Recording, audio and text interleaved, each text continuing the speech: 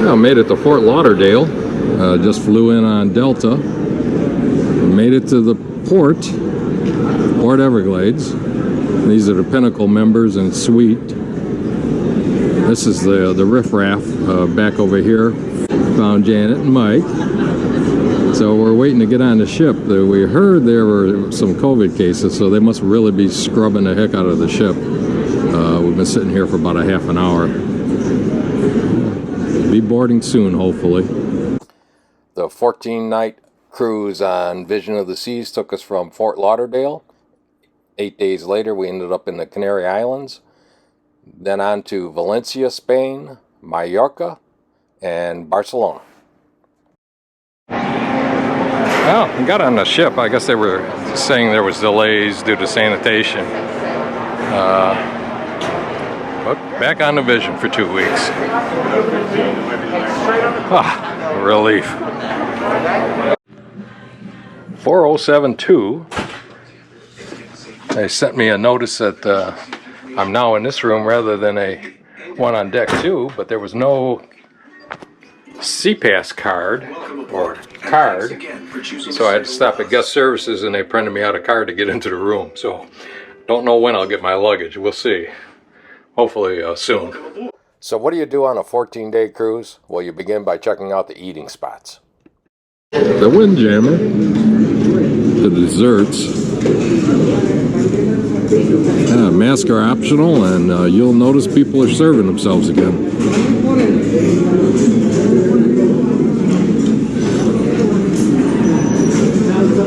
We're almost back to normal. The Aquarius dining room. The ship, after being on the Grandeur, just doesn't have the same class that the Grandeur has, but it's still a great ship. I love the Vision. Well, I love this class of ships. I think the second tier is now for my time dining. Of course, we have scheduled for early dining. Table 114, I believe that's us right there. Okay, tell us about our tour, Michael. The tour today? No, the tour tomorrow. The tour tomorrow in Toulon. Okay. Well, we'd see if we could get access to the French Navy's dockyard. That'd be good. Oh. Because that's also there in Toulon. If we can't get in there, we shall do a walking tour of the town. First stop will be for a cafe with some patisserie.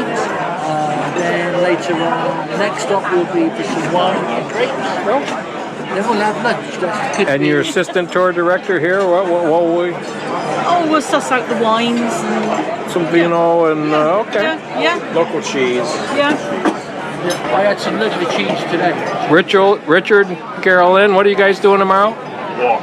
You're walking. We're gonna walk. Okay. Are you joining our tour? Yeah, you can join our tour if you want. Oh, you're doing the walk. You're doing the commentary. Right, he's going to be the tour guide. I missed that. I'm tour guide Barbie. The tour guide with the umbrella, yeah. Me.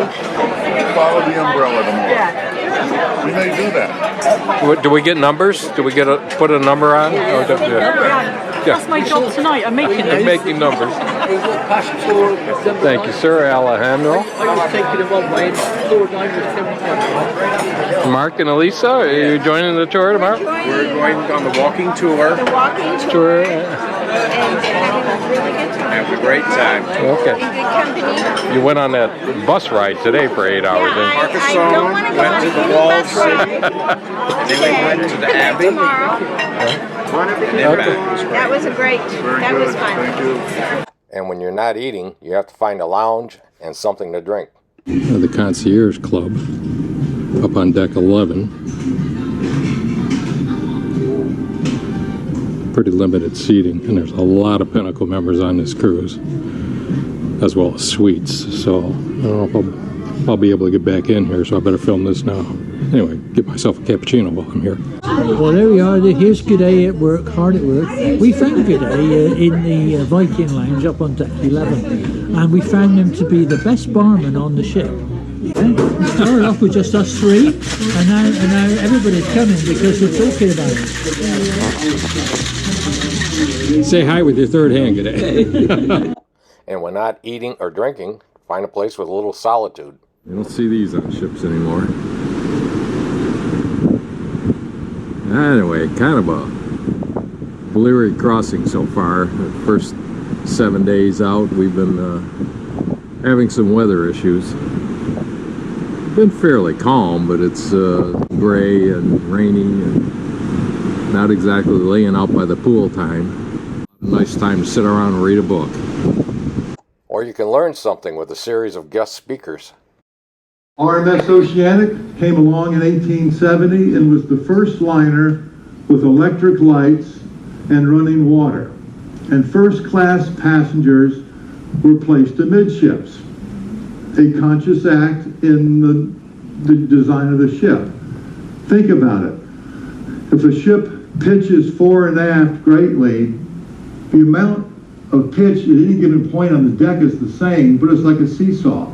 You're going to move through space a great deal less at the fulcrum than if you're very far forward or very far aft, which is another reason why historically ships have put the crew way forward. They get the bum ride. Officers tend to be berthed amidships or a little bit aft of the midships, get the better ride. Or just walk around the ship and be entertained. To try Sheffield Rajah's plate, it's going to be Ruth Ann Rossman. Ruth Ann? Where's Ruth Ann? Right over there.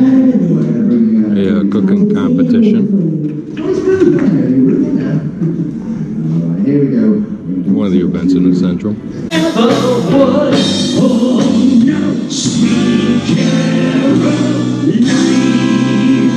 Thank you so much.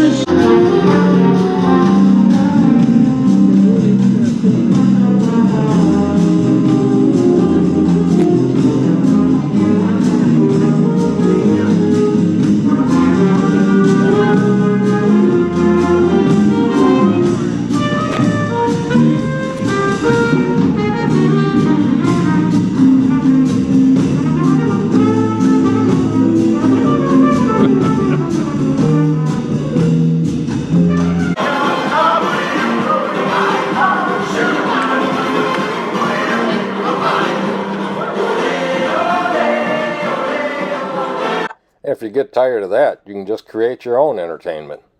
Okay, new design on our egg drop device. Egg drop, what? Landing module? What are we going to call it? The landing vehicle? Yeah. It's an ELF. Egg It's the landing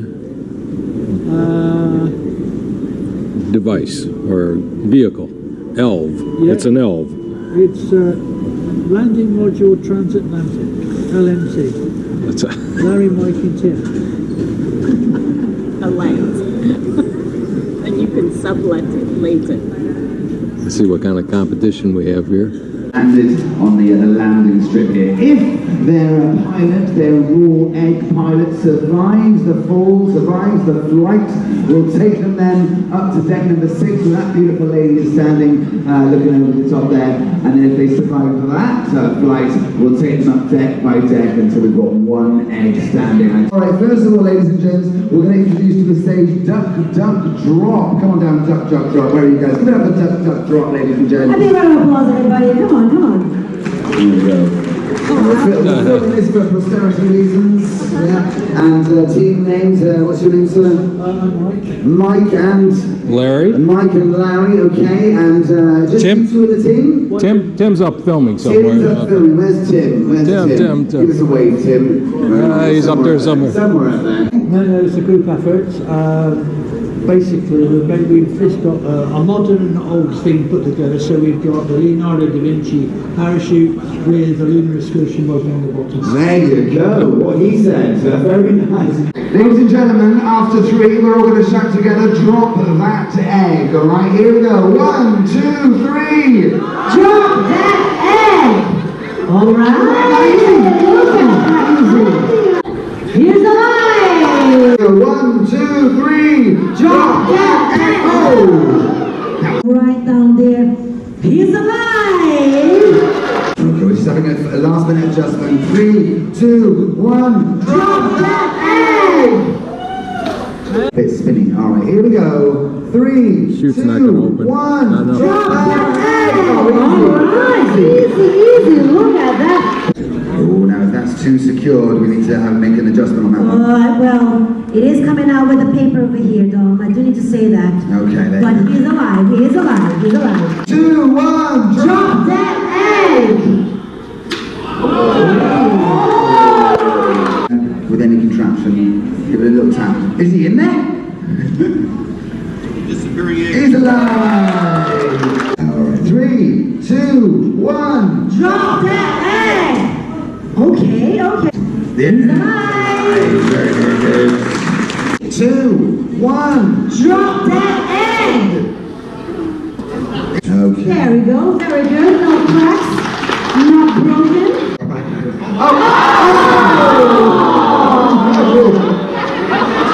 Better to have hoped and lost than never to have hoped at all. Rest in peace. Alright, 1, 2, 3. Drop that egg! Oh, nice! Look at that beautiful landing! Absolutely beautiful landing. The pilot still remains here inside the craft, absolutely alive. There we go. 3, 2, 1. Drop that egg! Uh-oh, here it goes. Uh-oh. Okay, hold on. He's inside the plane over here. I can see him. Perfectly well. Here we go. Absolutely alive. Drop that egg! Here it comes. Oh! I heard a cracky noise. He is injured and cracked. Oh, he's cracked. Yes. Drop that egg. Here it comes. Well done. Absolutely perfect. How are we feeling? So Tim, Michael and Larry, of course, yeah, and how are we feeling at this point? The higher ones are more comfortable. Okay, so they're just saying the higher they are, the more confident they are. Okay. I think that's all to do with getting the air in that parachute. But remember the last time he landed on stage over here, right? So let's see what's going to happen now. Alright, good luck. Here we go. 3, 2, 1. Drop that egg and here it comes. Oh, no. Perfect landing, Dominic.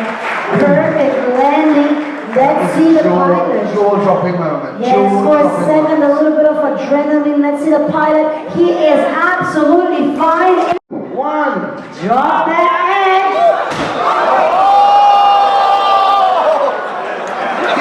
He ran out of there.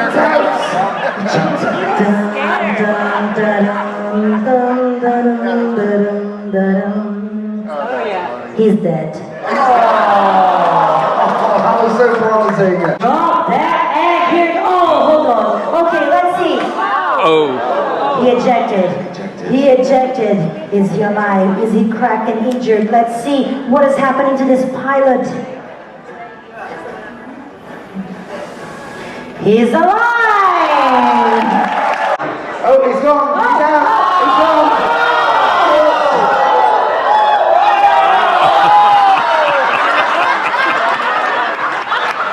It survived. We did it. What happened?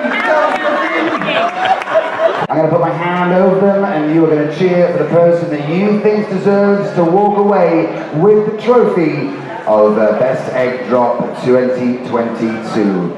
Alright, so we're going to start. Ladies and gents, we'll make some noise for Duck Drop right here in the blue.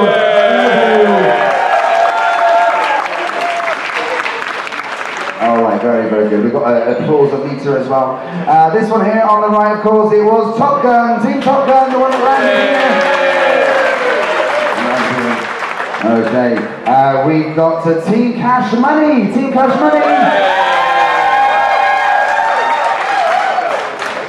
Okay, Team Prism.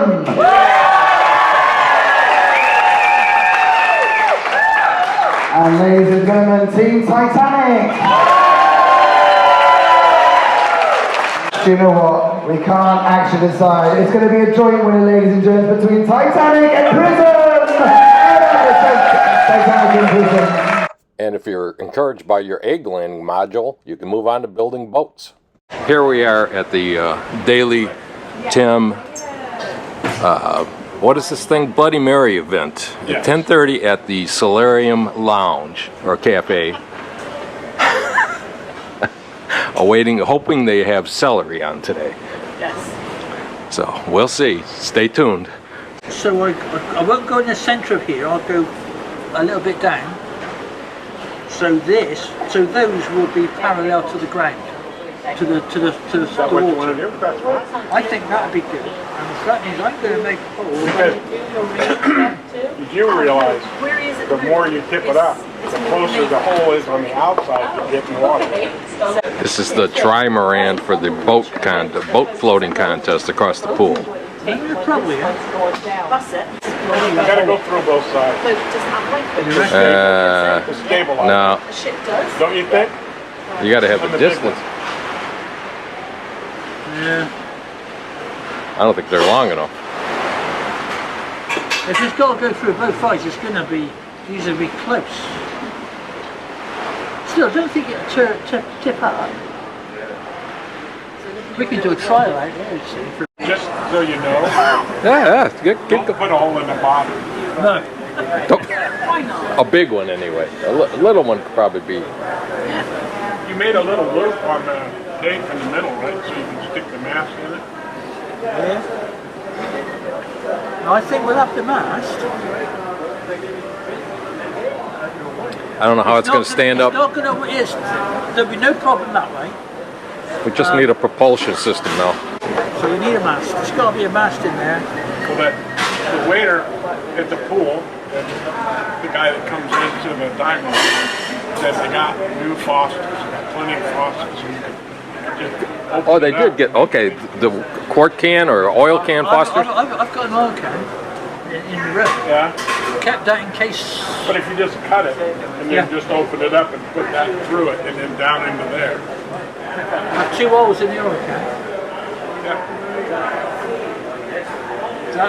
And then cut the Yeah, sides. still, the whole thing is still. And then tie the I'm not going, but maybe if you take, when you take the tape back, there's a hole.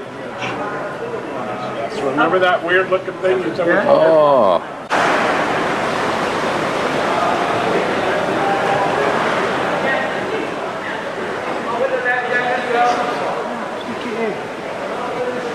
Oh, perfect. That will be just perfect, mate. Very little displacement on that at all, is there? No. None. So you can put your rudder anywhere you want. Turned out the wind was pretty fierce at the pool on race day, so I'll have to narrate as the GoPro audio was terrible. The first contestant was an interesting design, was several drinking bottles wrapped together, plastic bottles. It was a schooner design with 2 large plastic sails. Unfortunately, he didn't have a keel.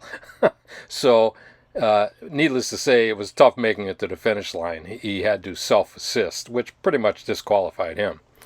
Mike got in the water with our design, and the rudder worked perfect. The wind caught it, was driving it right to the finish line, but then it hit the shallow portion and it turned the boat, but Mike was able to splash around and get it going the right direction. The wind caught it again and drove us to the finish line. We ended up with probably the best time overall and winning the competition. But we had some interesting competitors. There was a late entrant, as you'll see here, who decided to make a boat out of a sheet of paper. It didn't last too long before it sank to the bottom, and he just kind of had to drag it over to the finish line. We protested and said you couldn't use a submarine. That wasn't in the rules, so he was disqualified. The next entrant came up with another interesting design. He put it on a sail and a couple of plastic bottles and just kind of splashed it across to the finish line. Again, we objected, but they left him in the competition. This guy came up with a pair of Crocs, a coat hanger, and a plastic bag. Unfortunately, there was no balance to the Crocs, and they kind of went belly up right in the shallow part, even though he gave it his best effort. Again, the contestants were judged by the audience and a round of applause, but unlike the egg drop contest, this time we took it all. The cruise director, Dominic, took over camera duties and filmed us holding our awards high and proud. So those are a few activities you can engage in on a 14-day transatlantic cruise, or you can simply sit back, relax, and enjoy socializing with the others on the cruise.